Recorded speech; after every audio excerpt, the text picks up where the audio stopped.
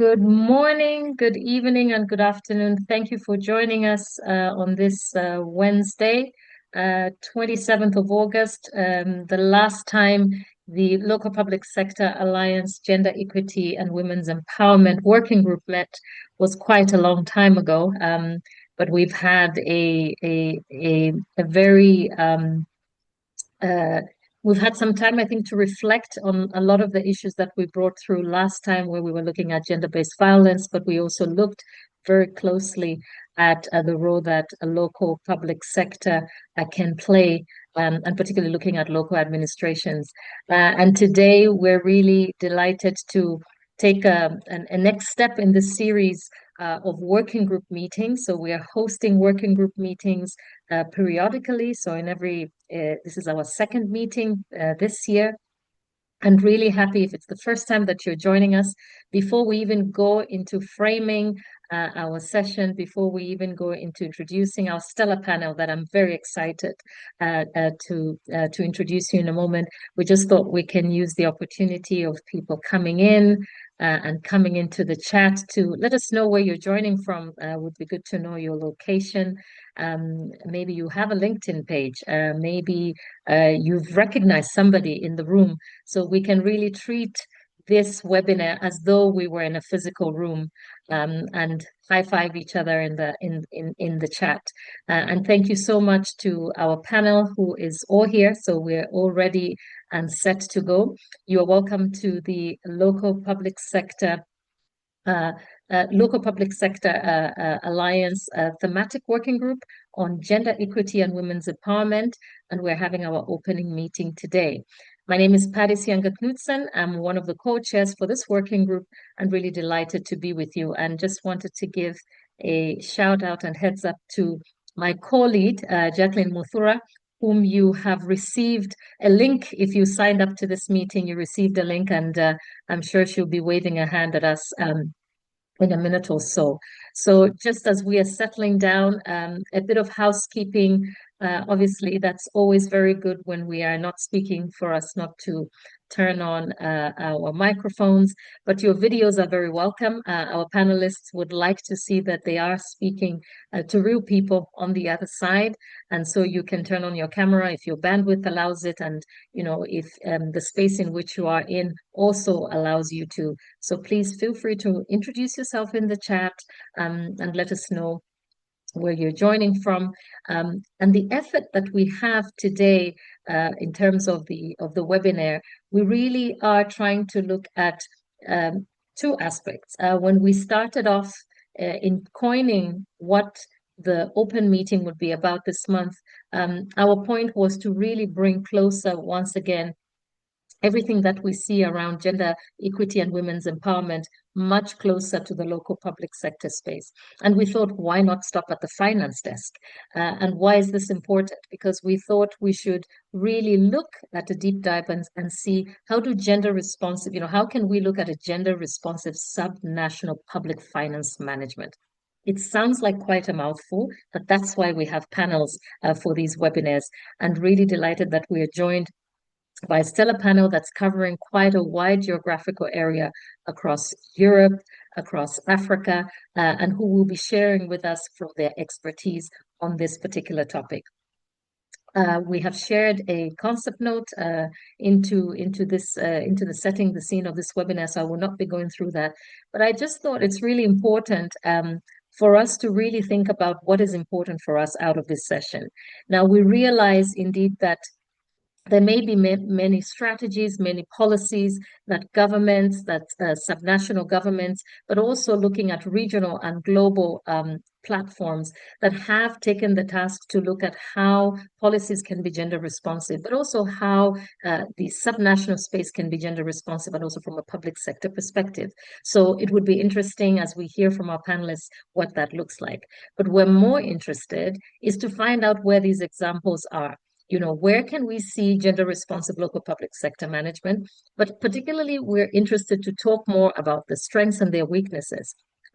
We also know that we're in the day in which we evaluate and we assess a lot of different things. So there's a lot of assessment tools that are out there that really try to see and to analyze these different approaches. So we're really interested to understand not just looking at the tools, but what do the tools really bring us to? Do they tell us about results? Do they tell us from an evidence perspective how effective some of the policies that we see are in achieving gender outcomes? But also, can we talk a bit about inclusive public sector delivery from the perspective of some of these tools? We're also really interested, and hopefully by the end of today, to talk a little bit more about recommendations, because we'll be preaching to the converted. And so in doing so, we'd like to end up at some point with some kind of recommendations going forward.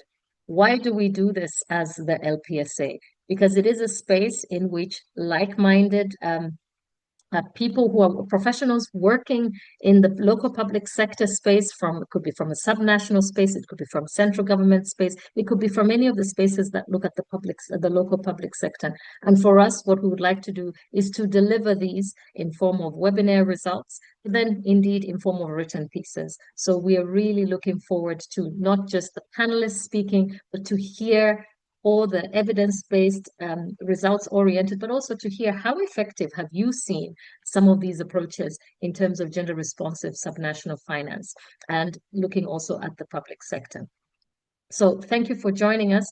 Now, to set the scene, because I've given a lot of names and taggings, we thought that we would call on a partner that we have relied on, and I think you have seen the Council of European Municipalities and Regions. And today we're really delighted to have Annelies join us once again. Annelies Khoisan. I hope I pronounced it correctly, Annelies.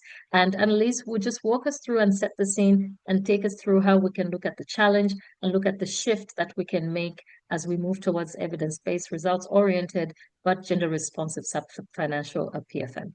Over to you, Annelies. Thank you so much, Patty, for giving me the floor, and thank you so much for the invitation as well, and to present a little bit of the work that we do at the Council of European Municipalities and Regions, short for CEMR, which I will be using from now on because it's a mouthful otherwise, as well as to bring a bit of the European perspective to this exchange and to the discussion. And for those who might not know CEMR, it is the broadest association of local and regional governments in Europe. We bring together around 60 national associations, and in those we have about 100,000 governments across all tiers of governance, which means it's also local, intermediate, and regional.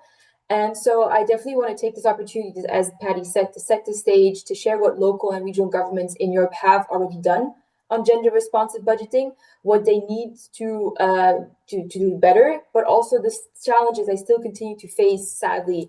And so my focus will definitely be a bit more on the everyday realities of governing with their limited budgets, the political constraints that they still face, but also with the high expectations from citizens that they represent on a daily basis. So I don't have to, let's paint a picture a little bit. At the national level, for example, budgets can be viewed as number on pages, but at the local level, they represent lived realities, and they show the gaps and where changes need to happen.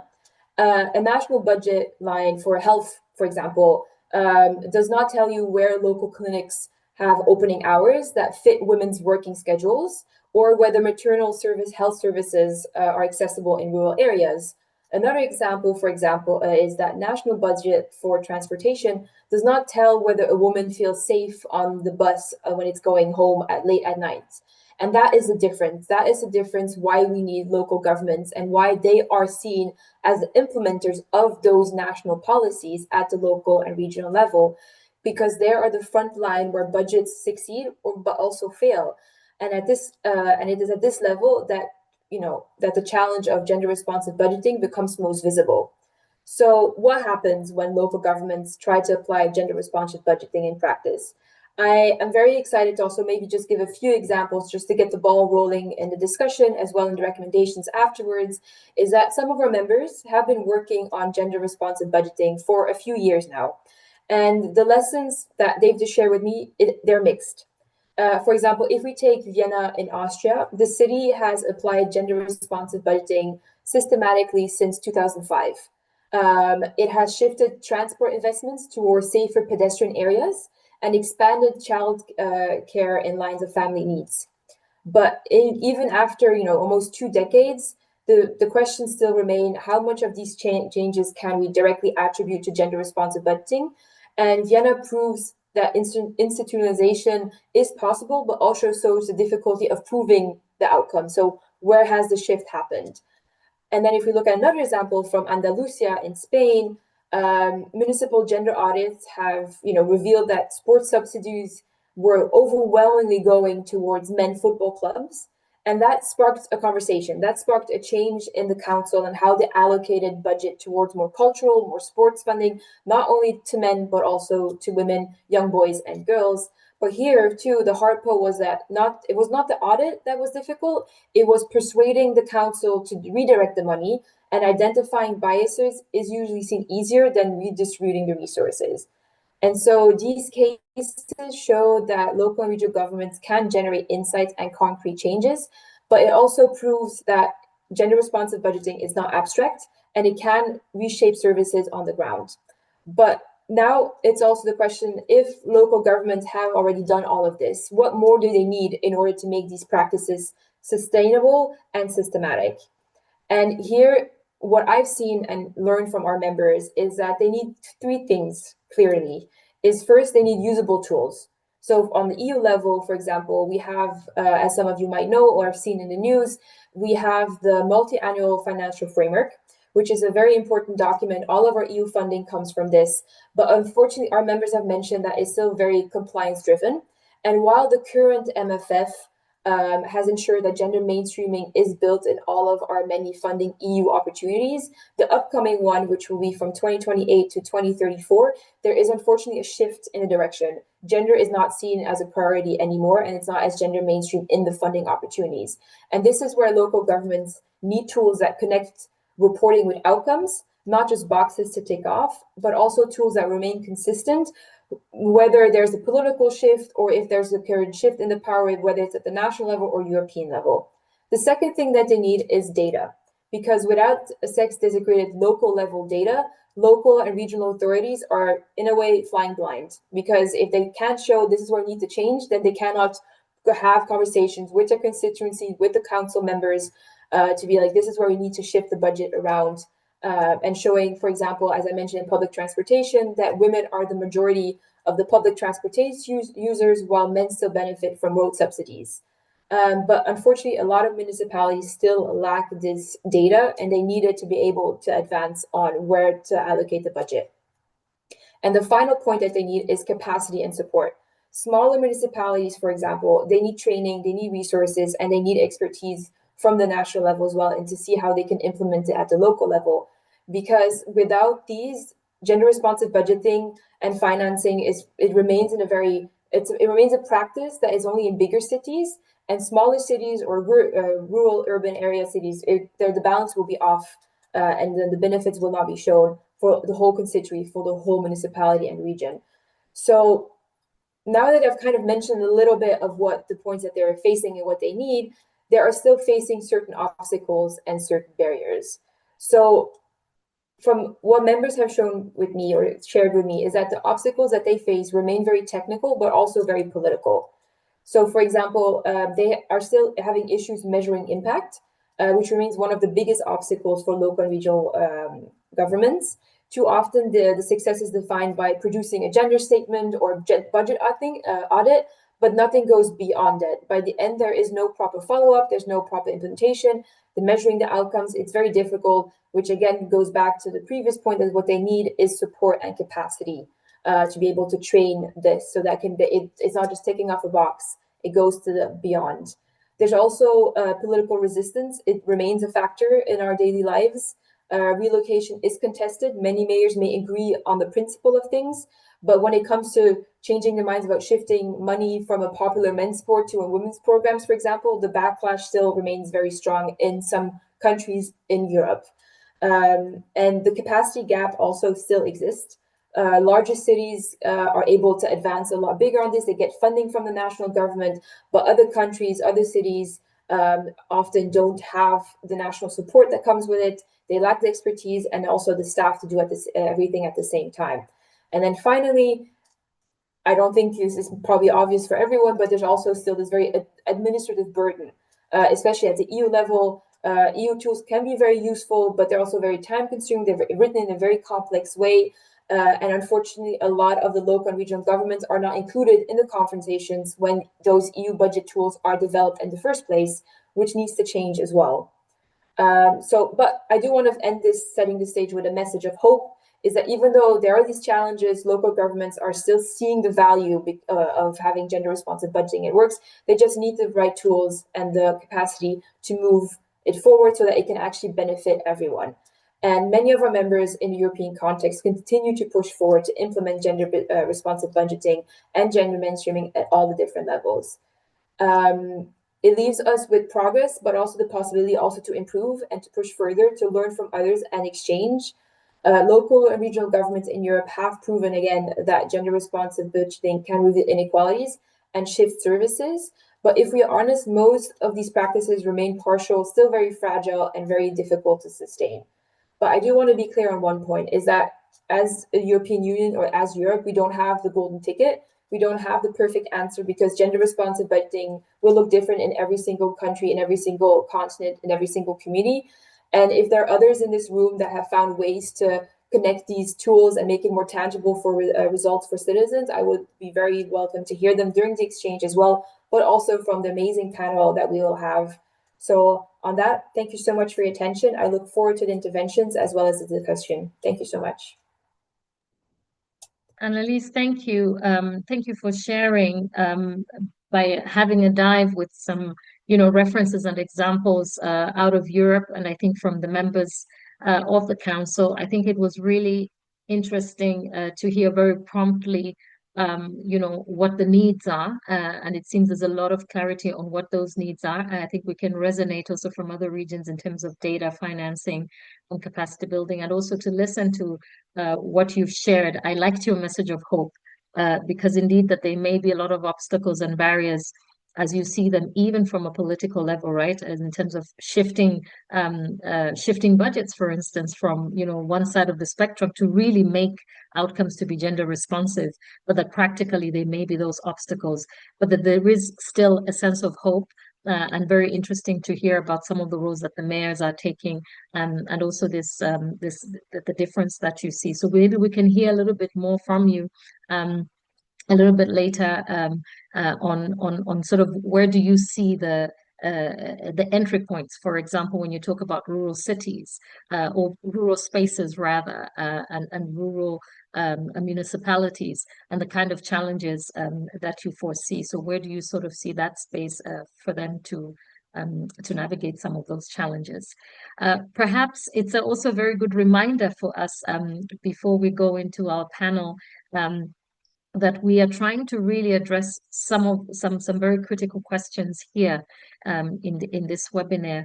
And I thought, Jackie, perhaps this would also be very interesting for the audience to reflect into some of these questions as panelists are sharing. So, I'm going off the whim and saying we should just paste some of those questions instead of me reading them out, because I think Annalise also reminded us a little bit, when we talk about, for instance, data.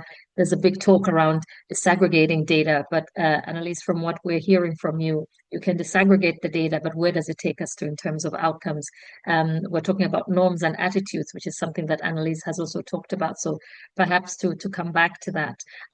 But speaking of evidence, we have a panel that is really going to look at take us a little bit into the approaches and the tools. And the idea was, how do we go into regions and to country experiences for us to understand how these tools work in practice? And to do this, we're really happy to have three panelists with us today. Irena Nikolov from the Association of Local Governments of North Macedonia.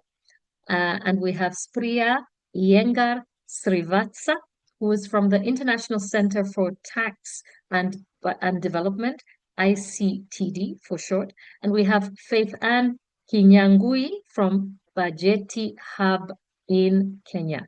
And so each of our panelists will be trying to respond to some of those questions that we have outlined in the chat, but also really trying to share from their experiences. And so we invite you to listen in. And I just thought to turn then directly to Irena Nikolov. And Irena, you know, from where you are sitting, it would really be interesting for us to hear where you've seen gender responsive budgeting as a responsive tool for mainstreaming in terms of local policies and at that budget side. So please take the floor and share with us, Irena. Thank you, Patty. First of all, thank you for invitation, and it's my pleasure to be part of this worldwide workshop webinar, and I hope next time we will meet face to face maybe. And I'm Irena Nikolov. I'm coming from North Macedonia. This is country in Europe, and I'm working for ZELS, that is Association of Municipalities, and it's a unique association in our country where all 81 municipalities are members of our association. We are recognized as significant factor in the country and in the region and maybe in Europe. And we are consisting for 53 years. And we are most of are famous about lobbying and advocacy, with a great contribution to implementation of the decentralization in the country. And we are also recognized in innovative electronic services, as well good practices in several areas, also in gender equality and gender responsive budgeting, which is the topic of this webinar. ZELS is also a member of CMR, and we are a focal point for our country for promotion of an adoption of European Charter for Gender Equality, where GRB is part of this European Charter. And till now, 23 of 81 municipalities signed this charter. And I think this is very important, that it is first step in the process of implementation of gender equality and gender responsive budgeting on local level, because in this document consist the most important topics that are in connection with municipal topics that are working for the citizens, as urbanism, as social protection, and so on. GRB and gender equality must to be integrated in all areas. And in all municipal competencies, and GRB as gender responsive budgeting as a transformative tool is very practical, and it is very it has to you have to follow the steps that are part of the GRB, and you will be go to the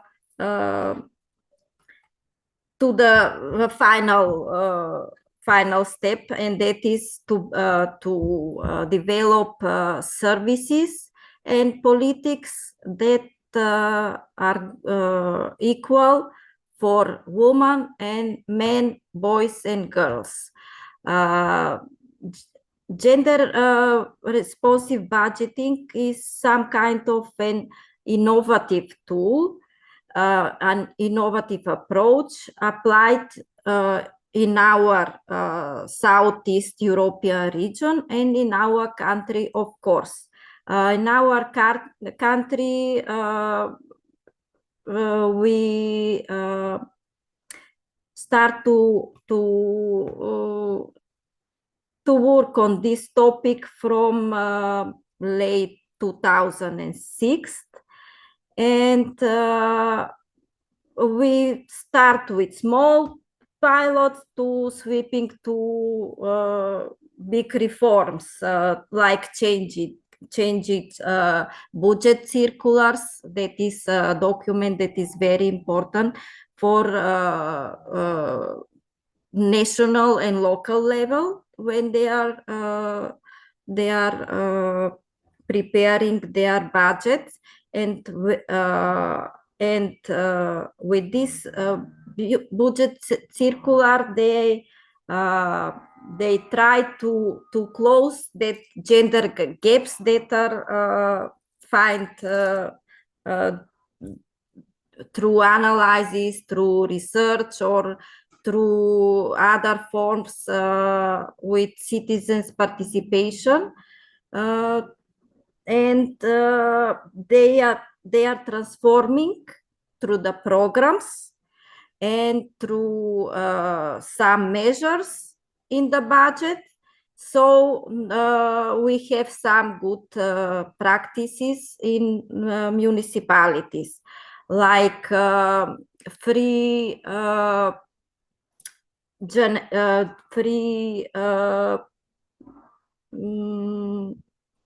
services for women, from Roma women. For example, in some municipalities, for reproductive health. Some from other practices for in the rural area where there is no regular health care for women, and we have mobile services, free mobile services with Ministry of Health. So we have some kind of good practices, and we as association are trying to collect that practices and to share with other municipalities in order to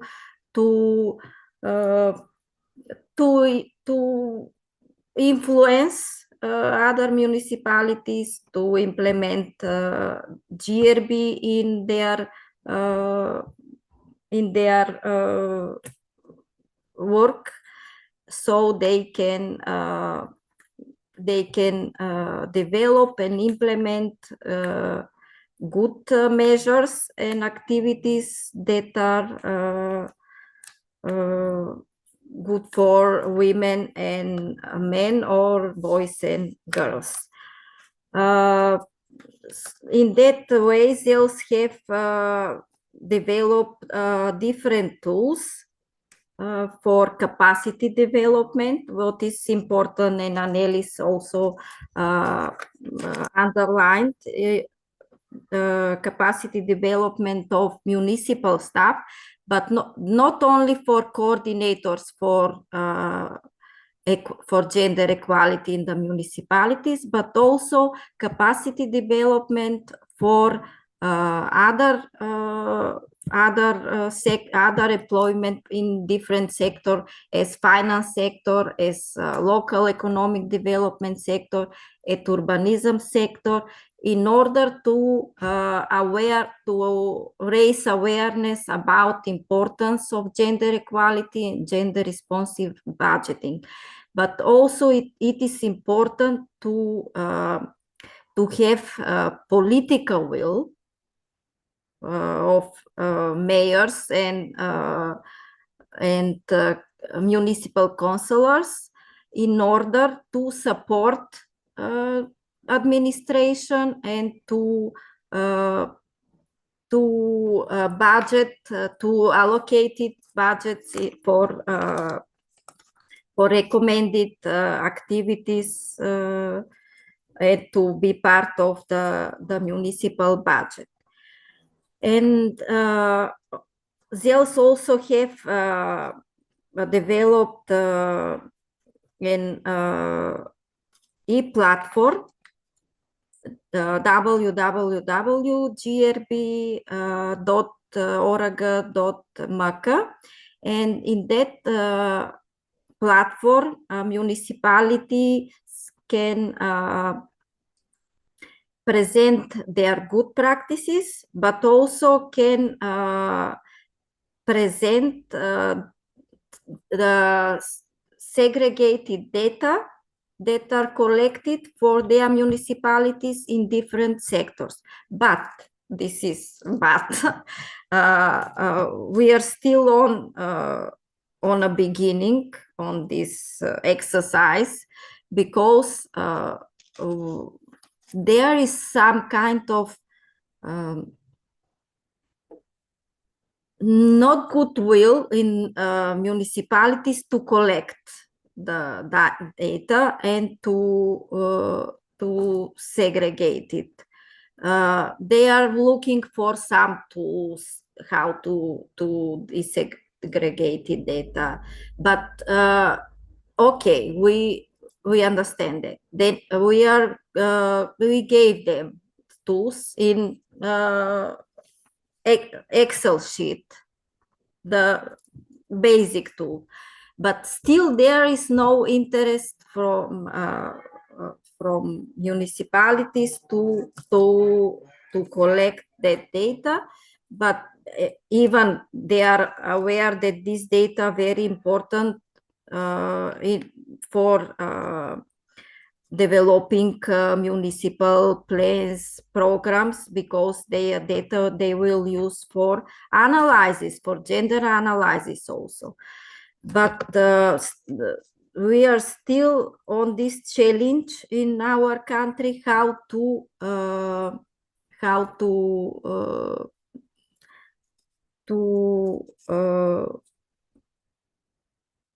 influence municipalities to collect and gender data.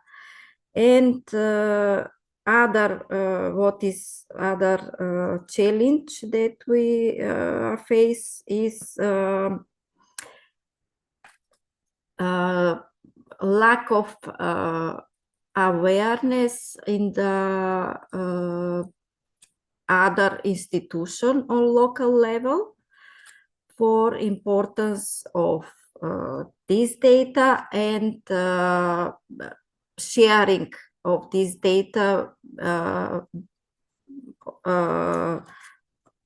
between institution and municipalities. So this is for now.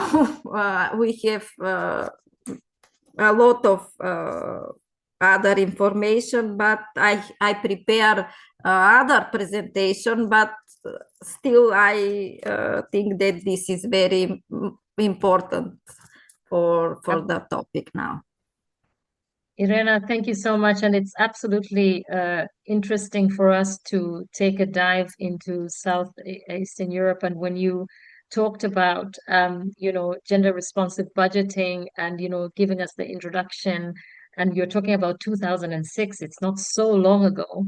And so when you're also talking about the challenges, I think we can also appreciate that it's in its would we say it's still even in its teenage stage, if you would like, and also kind of trying to model and use approaches and fit them into the context of Southeast Europe. And I think these examples that you've given us out of Macedonia are really interesting.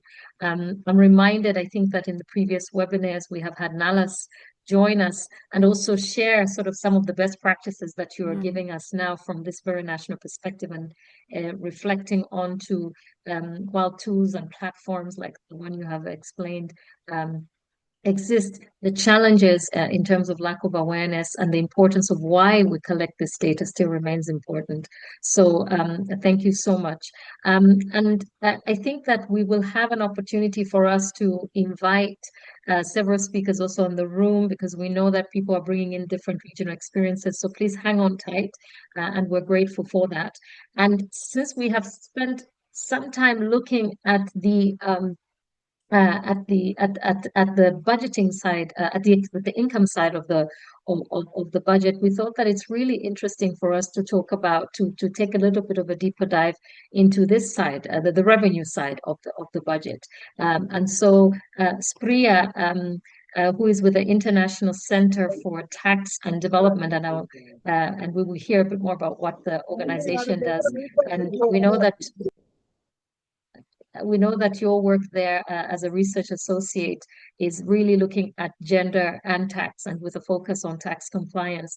And there's some very interesting research that you'd like to share with us. But in terms of the questions that we've paused for you, and bringing you again on this, revenue side of the budget, it would really be interesting to hear from a gender equity results perspective, and so Priya, just take it away and share with us what you've come with on the various questions that we posed. Over to you, Priya. Thanks, Paddy, and for Irena and Annalise for their really interesting presentations. I've made a few notes that I'll try to see if there's complementarities between the things that you guys said and from the tax policy perspective, but I'll first start off with a very brief submission. I think taking a little step back, the heart of the issue of our session really is a point to be made about how public finance can address problems of inequality in society, particularly looking at gender and regional. And I think the regional is something that we're all trying to bring the gender into, or vice versa, depending on what perspective you're coming from. And at the ICTD, one of the messages that a lot of our research across various themes says is that the tax policy specifically can play quite a central role in advocating for and promoting the participation of women in economic activities. And it could be also a useful tool more broadly for redistribution of wealth in a society that aims for a slightly more radical approach to tackling inequality, because usually when you say that tax is going to be used as a redistributive tool, people will label you as a more radical advocate. And it's not really that radical, but the approach is such that tax policy is meant to be something that mutually reinforces both subnational and national interests when it comes to gender, and overall is supposed to help use its voice to target broader issues of eradication of poverty, economic development. And the research that we do at ICTD and the group that I belong to at Cambridge is supported by the evidence that says that the only way to overcome inequality is by taking this systems approach. And I'm using the word systems instead of mainstreaming, which I know a lot of our panelists here have been using, because there's been more and more evidence. I was digging into this in preparation for this talk to show how mainstreaming has now become a tool that people use as a tick box exercise when it comes to non-gender focused institution, to say, oh, look, we've done something to support women, but it actually doesn't mean anything in terms of concrete actions. And I think that Irena and Annalise spoke about this in their presentations. So, what I think a systems approach means, and what I think, I'm representing ICTD here, is that there should be a coordination of policy measures across the public sector, not just tax, not just budgeting, that focuses its goals on promoting, larger economic development. So good gender and tax policy or good gender revenue policy is generally progressive in nature. So it's not just looking at women, it's looking at families, it's looking at households, it's looking at capital cities versus subnational cities. These are all fronts in which gender inequality is embedded in. So when you tackle bigger problems, you end up answering the smaller ones. When you tackle the smaller ones, you also answer the bigger ones. They are mutually reinforcing to one another. Tell me if I'm not making sense, because I do have a tendency to ramble on if you need me to slow down. And there is limited evidence that we have found so far that tax policy initiatives to promote gender inequality and to make the tax system more accessible for women has seen some early success in formal sector operations. So my work really does look at the formal sector and particularly focus on urban capital. So when I talk about subnational today, it's really from a more abstracted perspective, except for the small Rwandan case study that I'll be presenting in the latter half of my submission. But the issue is that even though there's some early success that you can observe in formal sector operators in national capitals, these outreach efforts from the tax system do not always extend to women business owners who are operating in these secondary cities. So I want to now move on to present this study that I conducted with several colleagues at the ICTD, as well as someone from the Rwanda Revenue Authority. So we had someone who really knew the context well and was in a position of power to influence policy within the revenue administration. That was part of the study. So it was quite cool. We take a very close look at the gender differences in tax compliance amongst formal small to medium business owners. And the goal was really to understand the experiences of being registered as a personal income taxpayer with the Rwandan Revenue Authority. And we wanted to identify whether this, we're looking at the small and medium scale sector. So you would imagine that men and women face similar hurdles, but by going by what we got from our qualitative initial understanding, even though administrative data shows that women and men's actual tax compliance behavior are not that different, the reasons for which women comply versus the reason for which men comply are very different. Men comply because sometimes there is some sort of sense of national duty. They understand the benefits of registration. They understand that they can get refunds from revenue authorities. They also understand that registering with the Revenue Authority gives you access to formal credit. So there are practical reasons why male business owners in the small and medium sector want to be part of the formal net. Whereas women who operate in the formal sector, or rather comply in the formal sector, do it largely from the perspective of not wanting to be penalized by tax agents who are the ones working in branch offices. So we arrived at this conclusion by using survey data. We used a lot of in-depth interviews with taxpayers in Rwanda, as well as used focus group discussions. And we also interviewed accountants who work with formal business owners. So we were able to somewhat triangulate our findings from various different sources and arrived at the same conclusion.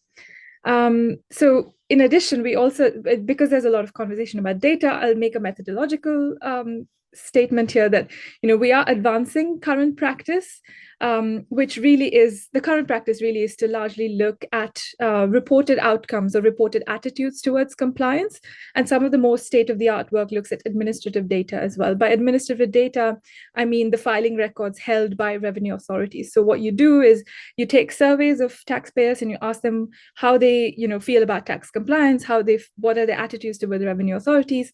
And suppose they say, oh, I think it's very important as a citizen to pay taxes, but I also think that the revenue authority is super easy to understand and I don't have a hard time understanding tax policy. And then you look at the actual compliance behavior and you see that this person who responded all these positive things hasn't paid taxes in the last 5 years, then you know that something is going wrong. So that's quite an interesting perspective. But we still find that for understanding gendered drivers of tax compliance or gendered experiences of the tax system, it's important to ask different questions. It's not just about how you pay tax. It's about how do you actually go to the branch office? Do you like opening hours to be different from standard opening hours?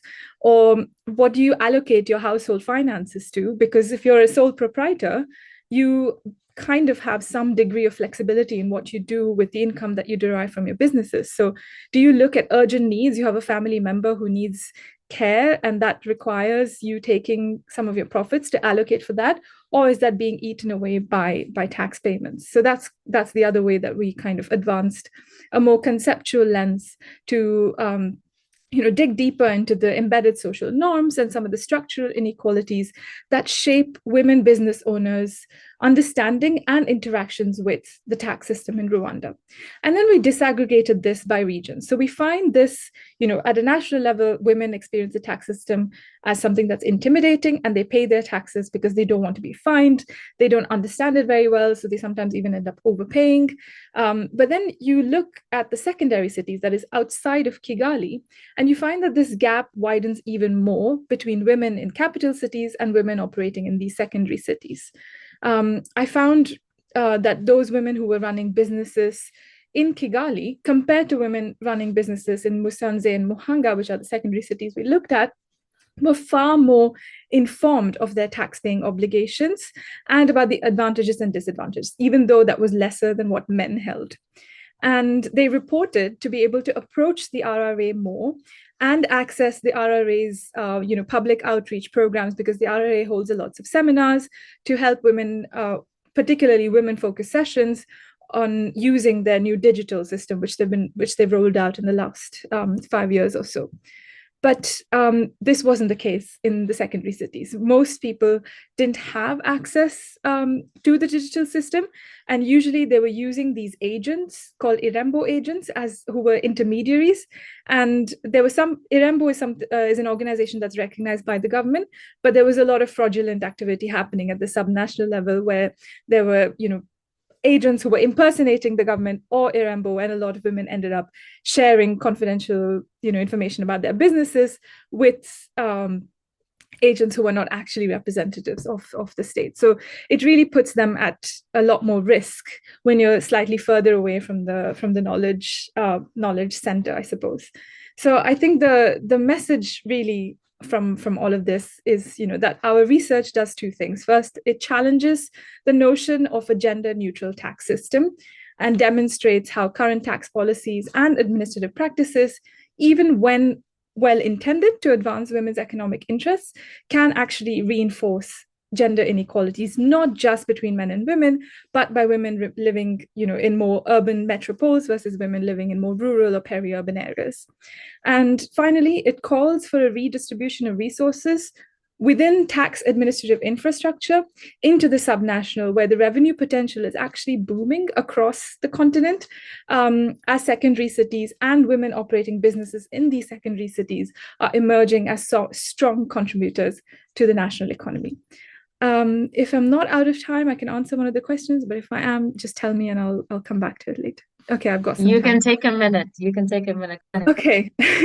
I just want to talk about the data concept that both the other speakers brought up, because the lack of availability of reliable data on revenue collection is a problem. And there's been a lot of conversation about gender disaggregated data, but I think what we really see is sex disaggregated data, and it's important to distinguish between the two things. So because one says at the individual level, we know whether a respondent is a woman or a man. But what we need more is, in addition to these aggregates, is actually experiential data that talks really about how women interact with the public finance infrastructure, rather than what they're given from it, if that makes sense. But happy to discuss later. Thank you very much, and sorry for going over time. You're perfect on time. Thank you, Priya. And I was just thinking how, well, first of all, thank you to all the participants in the chat, letting us know where you're located, but then also sharing a lot of some very interesting questions. So I would draw attention to the panelists, even as you're sharing, to just take a minute and look at some of the questions that are being raised in the chat, and we'll have our panelists respond to them in a moment. And it could also be that you have a link to research, you have a link to explaining some of the questions that have been raised here in form of papers or in form of project work. Please feel free to put those links into the chat, and we will have you share with us. But thank you, Priya, for taking us into this deep dive on the revenue side of the budget. And I think that it is always very interesting when we take it into a case study.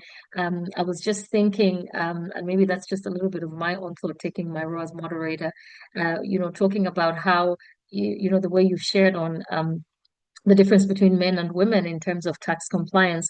And I wondered whether it would make, what the implications were like in a different types of a governance system. I'm just thinking in parts of Europe and even in parts of Africa where non-compliance actually has some very sort of, to see from a taxpayer perspective, very harsh conditions attached to it for non-compliance and what that does. So in terms of the regulations that come with non-compliance, does that really change the behavior between men and women? What does that have to do? So this is really a bit of from the background and a bit of a thought from my side.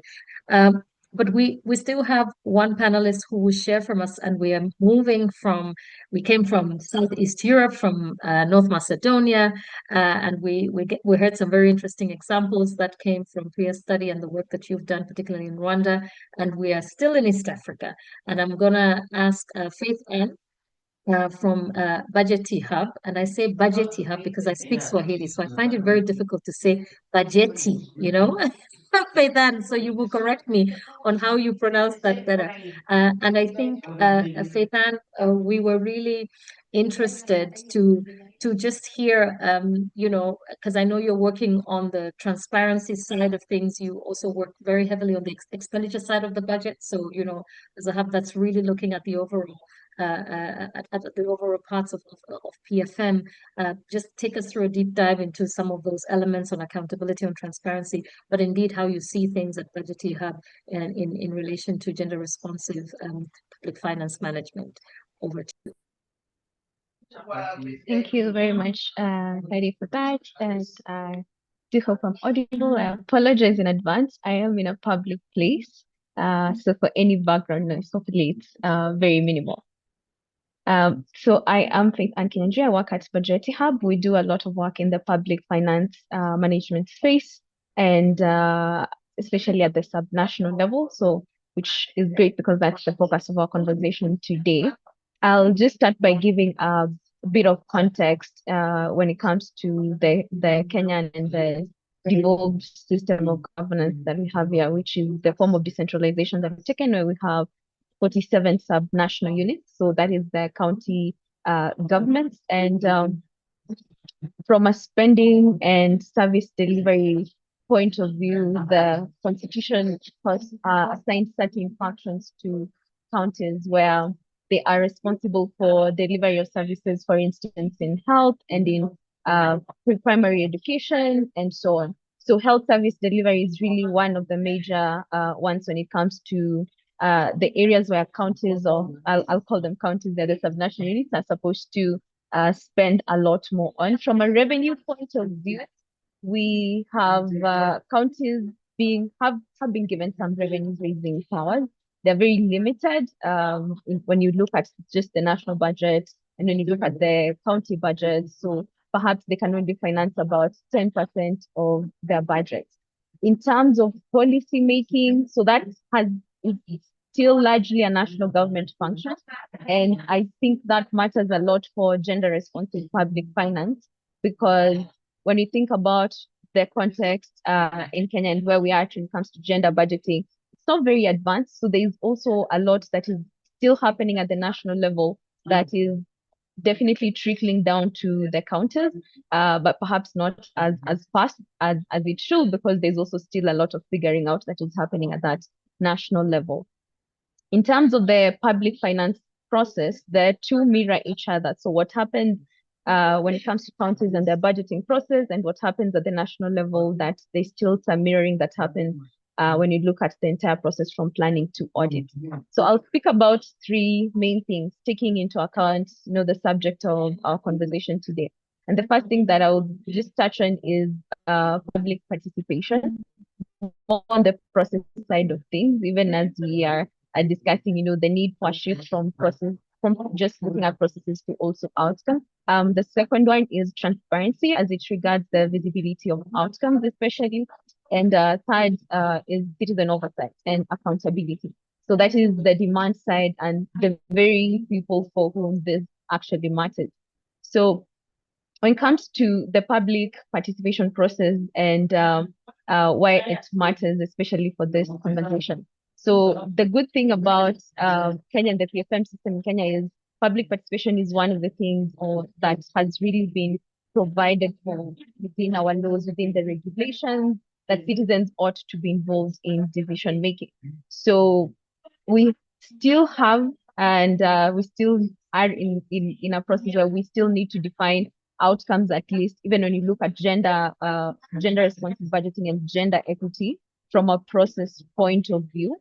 But even then, that is not or has not been in isolation of service delivery outcomes. And this is me speaking from a civil society point of view, so not from a government point of view. So we still have a lot of work that has gone and still is going into looking at just how the decision-making process looks like, especially when it comes to how citizens are involved. So this is it is important, that is participation. It is important for how outcomes are arrived at.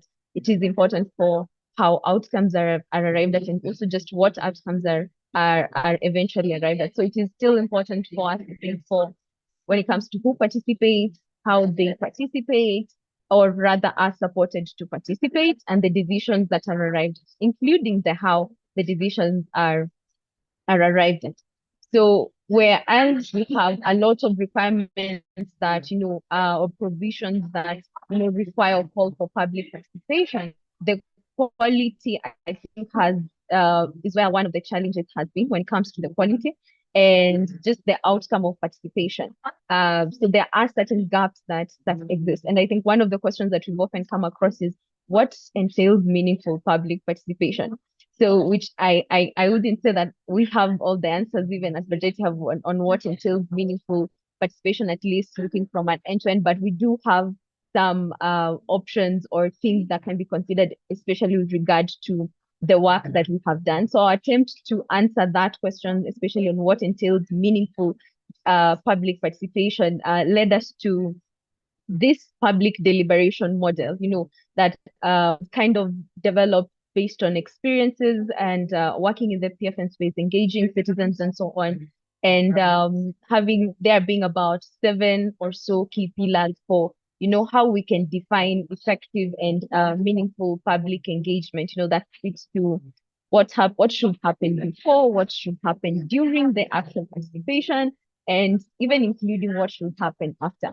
So I'll just highlight very briefly some of the categories or some of 2-3 things that especially have implications on gender responsive PFM, looking at the aspect of inclusion. The first pillar, or what we make a case for, is selection. So selection is the very core of who participates, because we believe that decision making is also a factor, and the decision that is eventually arrived at is also a factor of who's consulted and how they are consulted. So that's first pillar, which also has a logistics sub-theme in terms of selection, because and it's interesting because this week we've been having certain workshops to discuss this.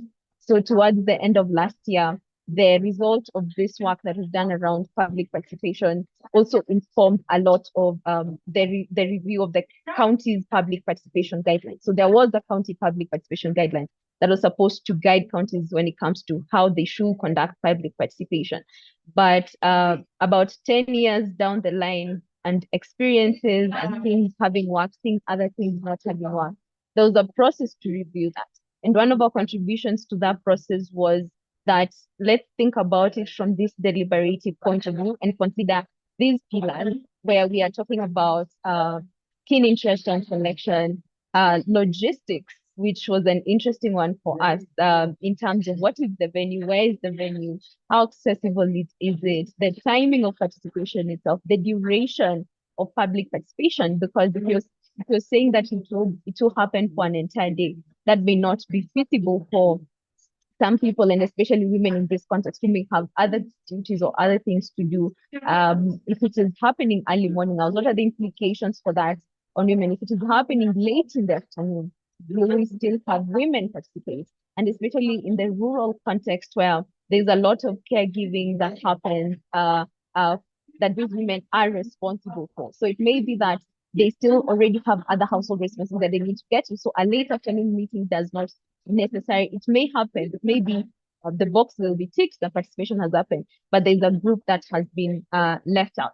A second one has to do with the actual process of decision making. So before we even get to the decisions themselves and what we agree on that these are our outcomes, these are the things that we want to achieve as a county, for instance, there is a decision making process that happens. The interesting thing, even as we were contributing to the review of the guidelines, is there was a lot of conversation around this with regard to how inclusive or exclusive that process can be. So in contexts where women do not necessarily have a voice because of the culture and the norms there. So if we talk of majority rules and the people who are able to bulldoze their way into decision making, then that is what goes. Then in a sense, you're also leaving out a certain group of people. So that was really the second pillar, but also something that also is part of the pillars has to do with facilitation. So the person who's moderating can either ensure that the process is inclusive or exclusive. So it also matters who facilitates. And finally is a third one, and I haven't gone through all seven, and just picked a few, has to do with reporting and feedback. So how do we get to know that the input that we gave was actually considered or taken up? So that's where the aspect of reporting and feedback comes in, then that will speak to the outcomes of public participation, that this was what was taken up, this is what was not taken up, and this is why. And if in analyzing that, then it should be evident for us whether the input given by women was considered, because this is what is important for them, or is it the input given by persons with disability when you even consider the intersectionality.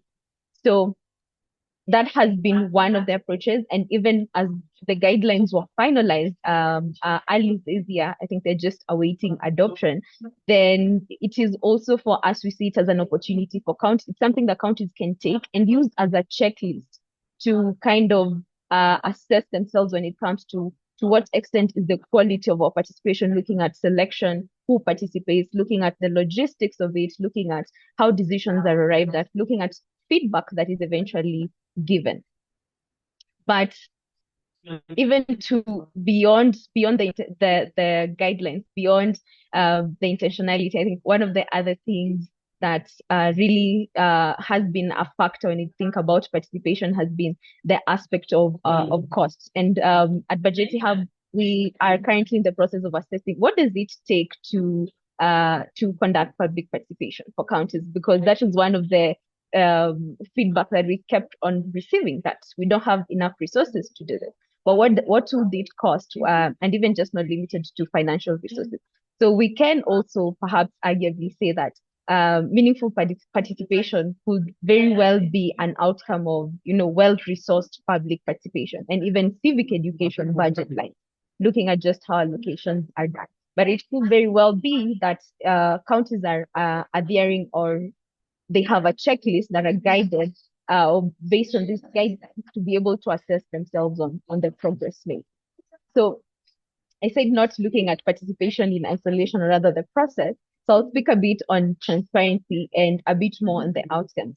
And looking at transparency, I think just a context is that in Kenya, we have this program-based budgeting approach where we can look at, we are not only having budgets that speak to the financial side of things that tell us this is the revenue and this is the expenditure, but we want to know what are the objectives, what are we trying to get to in terms of outcomes, what are the targets, who are we targeting, where are projects being implemented, and all. So it allows for that.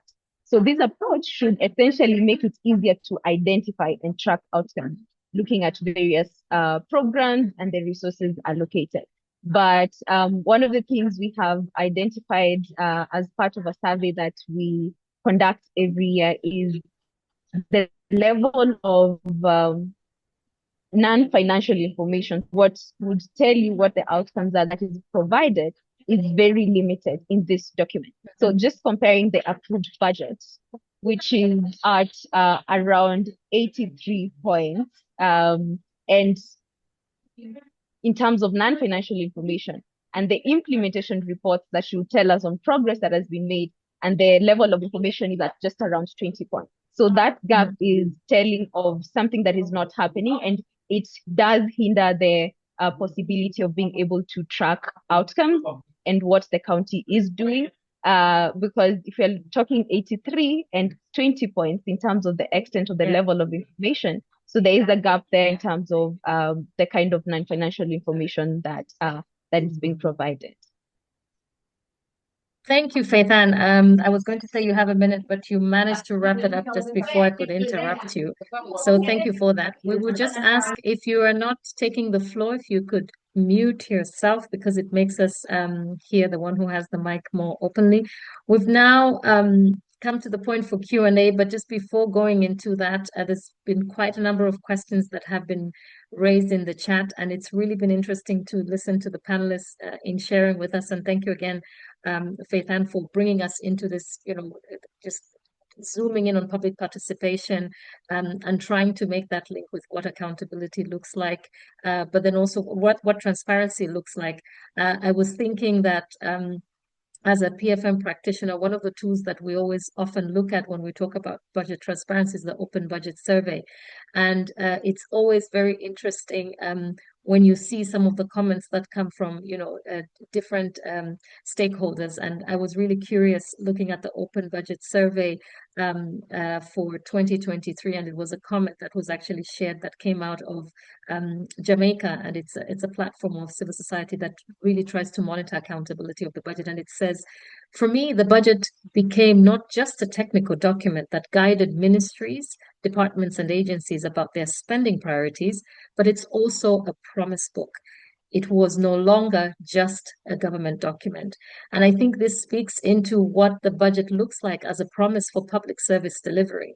And I think what we've been talking about here in the webinar, looking at it from a gender responsive space, whether we're looking at the budget from a revenue side or from the expenditure side, this is what the panelists have tried to look at from a from breaking down the two silos, the gender responsive silo, but also looking at the sub-finance perspective and trying to see how do we really impact on gender outcomes. So thank you very much to all our panelists for sharing on this. I am going to go on a whim and pick two people in the room. I know you've been sharing quite a bit with us. I think I see Astrid, you're in the room, but I also see Job. If I could put you on the spot, I know you've put quite a number of questions, but I just wanted to give you a Job van de Poel, if you would like to just share a contribution or even ask a question to one of our panelists. I'm giving this as a moment for some of our panelists like Faith Ann. I think there's some questions that are also coming in for you to be able to respond in a moment. And for now, Job, are you able to share with us? Hi, good morning, everyone. Yeah, I can share. I'm sorry I'm not putting the camera on. It's early in the morning. I'm sitting in my kitchen trying to connect from Costa Rica. But I've been listening with a lot of interest. I've worked on gender responsive governance for quite a while, and I'm not necessarily an expert when it comes to the gender budgeting side. And I'm just listening to all the different resources that are out there, listening to all the different experiences, and I think it's been extremely worthwhile to hear all the different approaches. I was already in the chat with Priya a little bit up and down, talking also about what she mentioned earlier in her presentation, that systems approach. I think one of the things that I wanted to maybe reflect on is when we're talking about gender responsive governance as a whole and looking at gender responsive budgeting and public finance mechanisms as one part of it, I think it's very important that we continuously understand that it's part of a larger system. And what we see very often is that what Annelies also mentioned in Priya, the mainstreaming as a tick box. Mainstreaming on its own is not enough. Gender responsive budgeting on its own is not enough. Gender responsive taxation is not enough. We need to really look at the larger picture and look at how all of these different systems interconnect.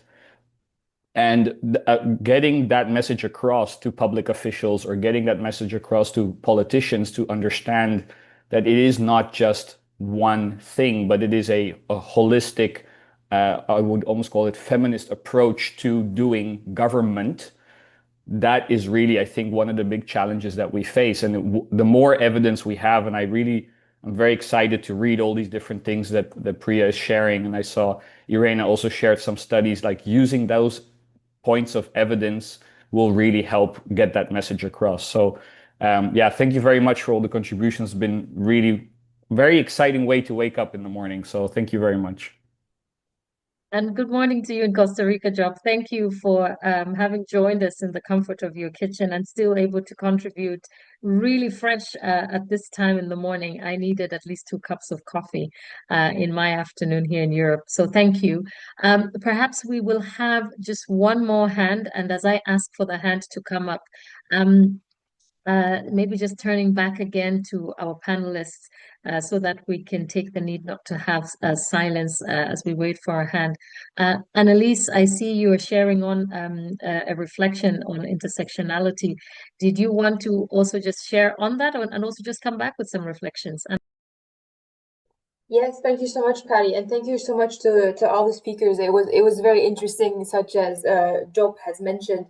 And I just, when listening to it as well, and it was actually Faith Ans who mentioned intersectionality, and I think you also have this tendency to still talk in a very heteronormative binary, even in, especially in Europe, we still do.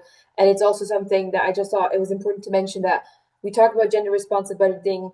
Of course, the reality is gender is seen as a different definition depending on where you're at in the world. So of course, there's also this intersectional aspect that we need to consider, because how a budget is going to affect a white middle class woman, it's not going to affect the same way as a migrant woman or a woman with a disability. As I also saw in the chat, was a question about, do we integrate women with disabilities? And this is also what, as Irina had mentioned, the European Charter for Equality. This is something that we look at in the Charter. We make sure that all of these points are highlighted to ensure that everyone's included to the best of the ability. But of course, we also understand that it is also based on the realities and needs of the communities and the municipalities and the regions. And this is also something I wanted to mention as well, Patty, because you had mentioned about the rural aspect.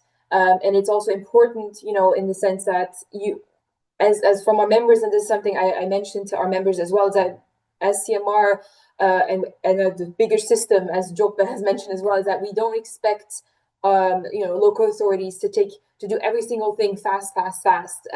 As long as you focus on one or two things that you can advance to improve the, you know, the quality of life and the situation of your constituency, that is already so much more. So for example, in the rural areas, it will be focusing on more specific, smaller things that are really focused on, you know, specific to the rural urban areas.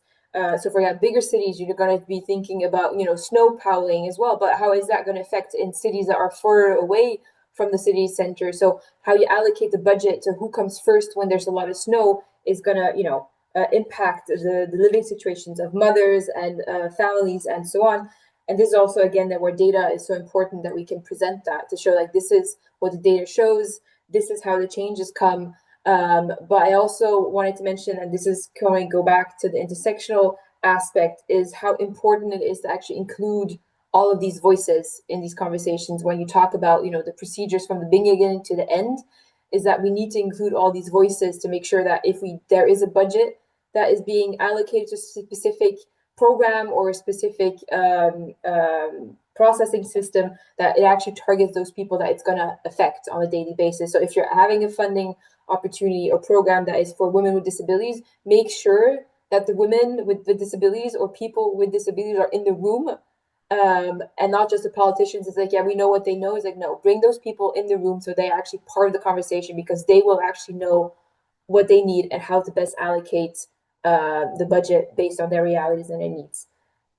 Now I just kind of rambled on, but there we go. No, very useful feedback that you've given us here and reflections. And I'm just looking into the chat and seeing Ivy Kihara. I mean, your question, I think, has been partially answered by Annalise, but I wondered if you would want to also share. Is there some best practices that you see, Ivy, in your space or was this a question that you were directing only to the panelists? We would also like to hear, perhaps, Ivy, if you're in a good, comfortable space to answer the question, and also Sharon, that's fine. I also see the comment here that comes from Michael Mwanza, who's asking, more research needs to be done, especially to investigate why women participation uptake is low. Anna has addressed the gaps, but what should we do to address the gaps to bring everyone on board? And Anna, if I was listening closely to you, Annalise, the intentionality, and I think this is what Faith Ann also brought about. So perhaps I throw it to you, Faith Ann, if there's some questions that you've seen in the chat that really have you feel you needed to get back on. I give you 3 minutes to come back to this. I see Ivy maybe is not available to share with us. In terms of public participation, you gave us some gaps, but I think you were also on to other leads. So if you could come back on this. So Faith Ann, I give you 3 minutes. Thanks, Betty. I think I agree with what Michael has said, but maybe not entirely, because in spaces where women have been supported to participate, looking at the capacity side of things, that they have the capacity to participate, and that all these other factors that have to do with where participation is happening, that their voice is acknowledged, and that their voice actually means something when it comes to the final decision, that participation is high. But even then, it's not, especially in certain spaces in Kenya and the very rural areas, it's not very entrenched. People are either excluded because of lack of knowledge, or they're excluded because of the norms and culture. But in terms of uptake and what can be done, so one of the things that we are currently working around in terms of public participation is that the guidelines that were developed for councils, it's more providing technical support for them to be able to adopt. There's this notion that even when you talk about gender budgeting and gender equity in general, that this seems like something extra that we have to do, or we have to bring in someone new to get to do this for us. So it's more breaking that down and demystifying that notion that this doesn't have to be something extra that needs to be done. It doesn't have that you bring in more people. It's more of, and I would like to use Priya's statement around looking at it from a systems point of view. So it is looking at the Department of Public Participation, the Department of Economic and Finance Planning, and how they are putting all these things into consideration with regard to ensuring that women with disabilities, women who have younger children are able to participate in all that. So I think there are certain contexts, and I can give an example just in a minute, especially in one of the rural contexts that we work in Baringo County, where women are actually more at the forefront of participating, even compared to their male counterparts in other areas. And it's more just demystifying the notion that this has to be something extra, or it's not within our capacity. Super, thank you, Faith Ann. And there is a challenge for you, Faith Ann, in the chat. Ivy, thank you for the contribution, which says that there's a challenge to Bajeti Hub to do more with women and disabilities, especially with the survey. So I guess this is a stakeholder, somebody who has interacted with your survey, and so maybe a bilateral would be interesting. Thank you, Ivy, for sharing this. I think seeing also the reflection that has been shared a little earlier on by Ignatius Fomba, who says that Ignatius works with people with disabilities and mostly women with the organization. And what we have spoken is cross-cutting for women. So very interesting to hear that this resonates with you. And so there were a number of other questions just before we will ask for two other panelists. Thank you, Priya, for answering the question around the Rwanda research. You can see there's a lot of interest for it. So when you publish, you can see not just a lot of likes, but hopefully a lot of engagement with that paper. So thank you for sharing the different resources. But there was a question, I think, that has been raised, or a comment that has been made by Michael Mwanza that talks about high taxes that have left women struggling, and this is affecting their daily business, but then also alluding to the fact that women contribute heavily in economic development, but the only gap is that they're not involved in the government in the budgeting preparation processes. So I know it talks from a high tax and a budgeting process perspective, so please feel free to comment on that. There's a very specific question also for you from Bruno, who asked for you to elaborate on systemic approach to reducing inequalities. And for Irena, if you could address Bruno's question on what is gender responsive budgeting, and what's the content or the comprehensiveness of a gender responsive budget. And so you can maybe zoom in on some examples out of Northern Macedonia to just give a picture. I know you responded in the chat, but that would be a good way for us to conclude in a minute. So Priya first, and then after Irena. Thank you. Thank you all for the questions. And I'm so buzzed from all the conversation that's happening on the chat. So this is really good. I'll answer the first question on high taxes and how the tax system has actually been very unjust to women. And a lot of the work that we do at the ICTD is precisely meant to, uncover some of these injustices that are perpetrated against women from the tax system. So I'm definitely not an advocate for high taxes. If that was not clear at the outset, let me make that very clear. The point really is that political and administrative representation of women matters a lot, and more so at the subnational level. And when there is a solid expenditure strategy, there also needs to be an equal and opposite revenue strategy. And we don't necessarily mean here that, go to all the market women who contribute so much to the economy and then start taxing them. It's not really about that. It's about identifying the actual sources of revenue within your economy and finding a way to redistribute that. And that's what I really mean by the systems approach. And I want to link this to another question that I think Michael asked in the chat about what is the next avenue for research, because it goes hand in hand. So what is the systems approach and what is the research that we need to be able to really implement something like this? We need more data, and this is we've been harping on about this, but I want to talk a little bit more about what this actually means in practice to demonstrate the need for the systems approach. So although the interest in PFM to address gender inequality has been increasing, and thanks to events like this, we know very little actually about the status quo of what are the policy shifts that need to be implemented to advance women's economic interests. So, for example, with city councils of capitals becoming a priority amongst the donor community, and I've shared some links about the work that we've done in Freetown about this, and the ease of access for these capital city governments to the central government, there's an increase in the generation of publicly available or sometimes accessible upon request data on how these city governments are choosing to prioritize their women constituents who contribute to their economy and to the city council budget. This access to this information almost completely disappears when you move away from the urban core and into the secondary cities. So there's a translation problem where priorities that are set at the central level do not align well at all with those living in secondary cities or subnational areas. And secondly, local governments don't have the administrative capacity and are financially constrained. So very often we might say, oh, local governments aren't doing what they need to do to address the need of their women constituents. But when they receive central transfers from the top, they have specific mandates that come with it. So central government might decide, actually, you need to invest in building a bridge in this particular area. But actually what they really need is most likely access to water and sanitation. And that might be a priority of the local government, but the local governments don't have the flexibility to make these decisions. And all of this comes to, the point of the systems approach, which sounds vague, but it's actually quite concrete. And finally, even if local governments do manage to implement some form of gender responsive spending, they're not always equipped to monitor how effective that spending has been. So they might be successful in one round, but not know how it's actually going. So this means that there's a lack of feedback on whether policies are working in the long run, which makes the subnational spending inefficient at best, ineffective at worst. I'm going to stop at this point because I have overshot my time. Thank you so much, Priya. Over to you, Irena.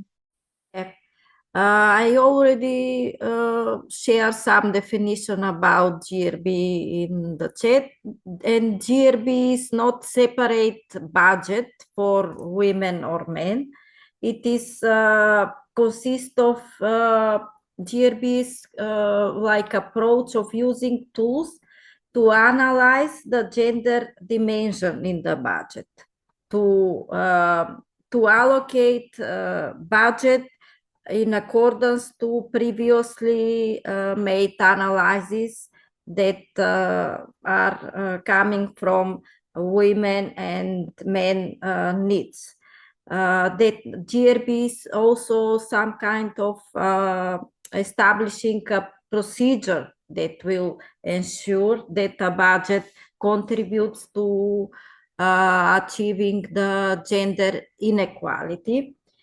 And it helps to, GRB also helps to achieve other objectives as efficiency, transparency, effectiveness, and transparency and accountability. Accountability is very important for the municipalities, especially for the mayors. And we are now in phase of local election period in the campaign, so we will hear in the campaigns of the politicians about accountability, and this is also exercise for the candidates, how they see gender equality in their programs. This is very important, and I think citizens have to be aware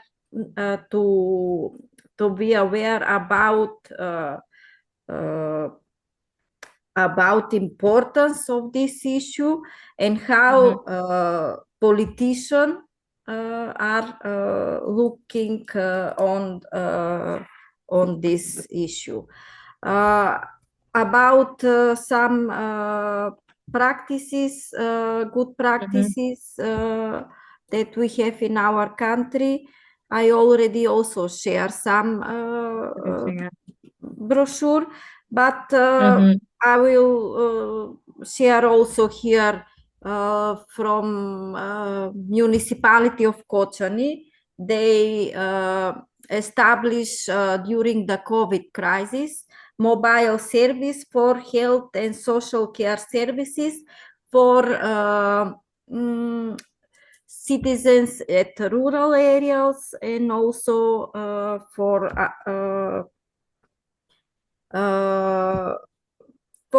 disabilities, some citizens. Thank you. Yeah, I have another also Exactly. Okay, maybe I share the link from the brochure also. Super. I was just going to say, Irena, if it were also possible, but I think I've just seen it in the chat that you've shared some of these, because I think colleagues would also like to see and maybe spend some time to have a deep dive. Just to say once again, thank you to all the panelists, and thank you to all the speakers, Annalise so Annalise, Irena, Priya, and Faith Ann, for sharing. I think for us at LPSA, and as part of this working group, this open meeting, we feel that we have really managed to look once again to explore what is the value of gender responsive governance, whether we're looking at it from the revenue side of the budget, from the expenditure side of the budget, and also with a good zoom in looking at public participation and what that looks like.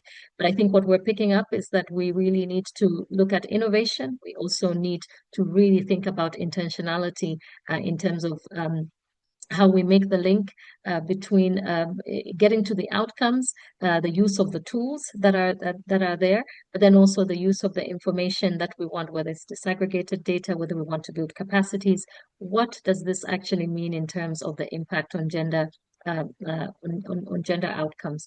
And with that, I would like to hand over to my fellow co-chair, Jacqueline, who will bring us in to explain to us some other announcements in relation to our open meeting today. Thank you to all the panelists. Jackie, the floor is yours.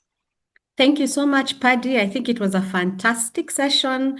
I really, really enjoyed that session, and I'm sure from the engagement on the chat, all the participants really had a fantastic time, and it was very interesting to learn, especially thinking about the systems approach. We have to think about the systems approach if we are going to move from process to outcomes. So I'm going to take 1 minute to just update the members on some upcoming activities.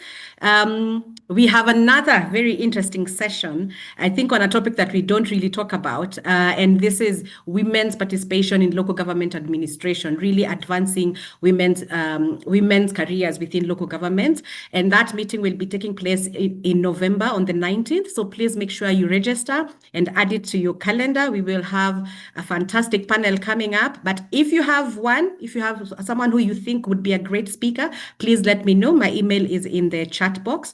I will also invite everybody to become a member of the Local Public Sector Alliance. And if you're a member and you don't have a profile, please go to localpublicsector.org, and there you will be able to create a profile, and you can interact with other members of the working group and share even your knowledge products that you've developed and share ideas around these topics. You can also contact us and let us know what topics do you want us to cover, especially coming up in the next year. What are the things that are of interest to you? What questions do you have? What are the issues that you would want the working group to work on?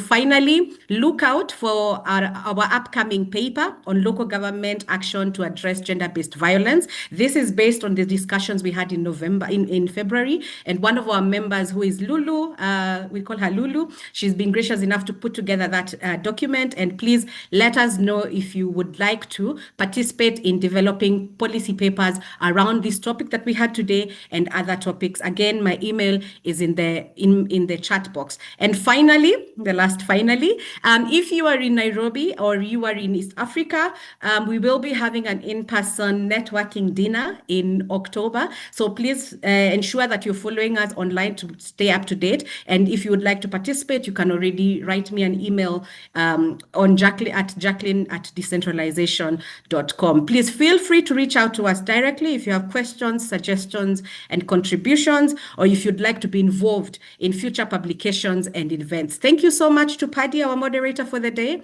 and thank you so much to the panelists who have put in a lot of effort and time to be with us today and to share from their insights and experiences. I think it was a fantastic job. Please, thumbs up. Thank you very much. You're free to leave. Thank you so much, everyone. Bye. Thank you. Bye-bye. Bye. Thank you. Thank you, everyone. Bye-bye.